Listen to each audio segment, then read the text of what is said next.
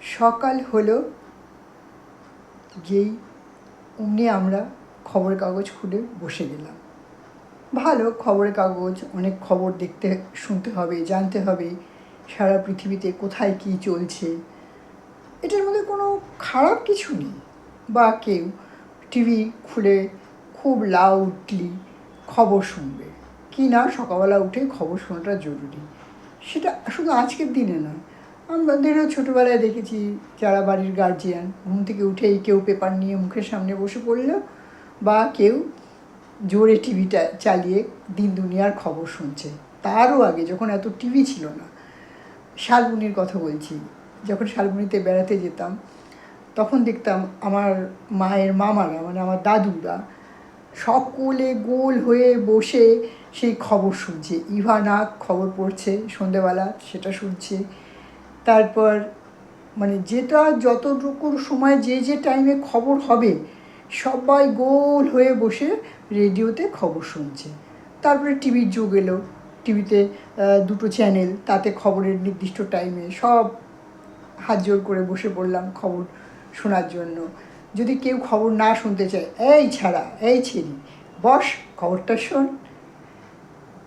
সেই থেকে আমাদের খবর শোনা বা খবরের কাগজ পড়ার একটা হ্যাবিট তৈরি হয়ে যায় ছোটোবেলা থেকেই। কিন্তু আজকাল এখন তো আর সারাদিন একটা করে খবরের চ্যানেল, একটা কেন হাজারটা, হিন্দি, বাংলা, ইংলিশ খবরের চ্যানেলের কোনো অভাব নেই। আর সেই খবরে আমরা কি জানতে পারি, কোথায় যত খারাপ কাজ, যত রকম বিধ্বংসী কাণ্ড যেখানে যা হচ্ছে, সেইগুলোকে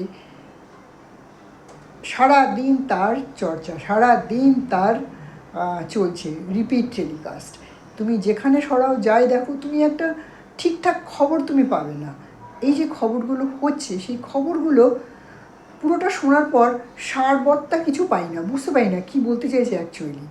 এক তো প্রচণ্ড চিৎকার করে কথা বলছে, যার হাতে মাইক আছে সে, যে সঞ্চালনা করছে সে ফ্লোরের মধ্যে হাঁটাহাঁটি করছে, আর চিৎকার করে করে একটা উত্তেজনা তৈরি করার সৃষ্টি করছে। কোনো জায়গায় কোনো একটা ভালো খবর আমরা পাই না। হয়তো যারা নেগেটিভ মাইন্ডের তারা বলবেন ভালো হয় না, দেবে কোথা থেকে। যদি ভালো না হতো কোথাও কোনো কিছু, তাহলে কি এই পৃথিবীর ব্যালেন্স থাকতো? তাহলে কি আমরা বেঁচে থাকতাম? আমরা তো সব মহেঞ্জোদারো হরপ্পা হয়ে যেতাম। তা তো হয়নি। মাটির তলায় তো আমরা কেউ চলে যাইনি, আমরা তো মাটির ওপরেও আছি, বা বানের জলে ভেসে গিয়ে আমরা সব নরকঙ্কাল হয়ে গেছি, তা তো হয়নি। আমার খুব অদ্ভুত লাগে। আমি জানি না, আমার সাথে হয়তো আমার দর্শক বন্ধুদের বেশিরভাগই সহমত হবে না। এই যে মস্তিষ্কে সারা দিন এত উত্তেজনা, এত চিৎকার করে করে খবর পরিবেশন করা, যিনি সঞ্চালক তিনি চিৎকার করছেন, যারা বাইরে দাঁড়িয়ে মানে গ্রাউন্ডে গিয়ে রিপোর্টিং করছে তারা উত্তেজনায় ছটফট করছে, আলটিমেটলি যে শব্দগুলো বলছে বা যে বিষয় বলছে তার মধ্যে উত্তেজনা কী আছে খুঁজে পাই না, সারাদিন দেখার পরেও বুঝতে পারি না।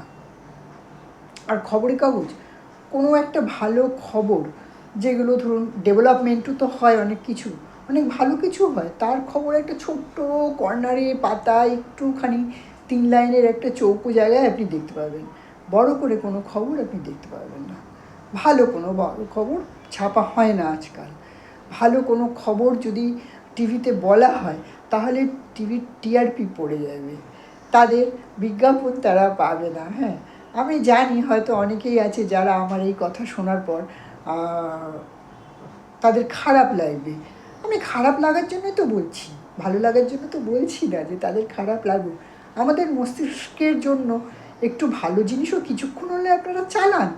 সারাদিন রিপিট টেলিকাস্টেও খুন, ধর্ষণ, রাহাজানি, কোথায় কোন রাজনৈতিক নেতা কী বক্তৃতা দিয়েছে, তাতে কি উত্তেজিত কথাবার্তা বলেছে, কে কাকে কতটা খারাপ ভাষায় কি গালি দিল, সেগুলি সারাদিন সম্প্রচার। আমরা তো আপনাদের থেকে এক্সপেক্ট করি যে আপনারা একটু ভালো কিছু পরিবেশন করবেন। আমাদের মস্তিষ্কের জন্য এগুলোও দরকার। কিন্তু খবর চ্যানেলে ওরা ব্যবসায়িক, ওদের কথা বললে রাত কভার হয়ে যাবে, ওদের কথা বলছি না, আমরা নিজেদের কথাই বলি একটু।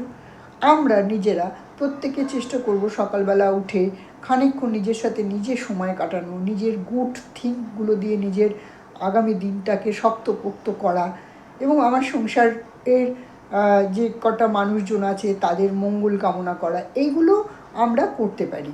সকালবেলা উঠেই হাঁ হাঁ করে একটা খবর চালিয়ে দিলাম, বা খবরের কাগজে পড়ে কোথায় কোথায় বেছে বেছে এইসব খবর হচ্ছে না পড়ে আমরা একটু আমাদের জীবন ধারণের যে প্রত্যেক দিন যেগুলো আমরা করি সেগুলো একটু আমরা নিজেরাই উন্নত করি। কী করবো, আশেপাশে এত গন্দেগি, এগুলো থেকে গা বাঁচিয়েই চলতে হবে, না চলে তো কোনো উপায় নেই।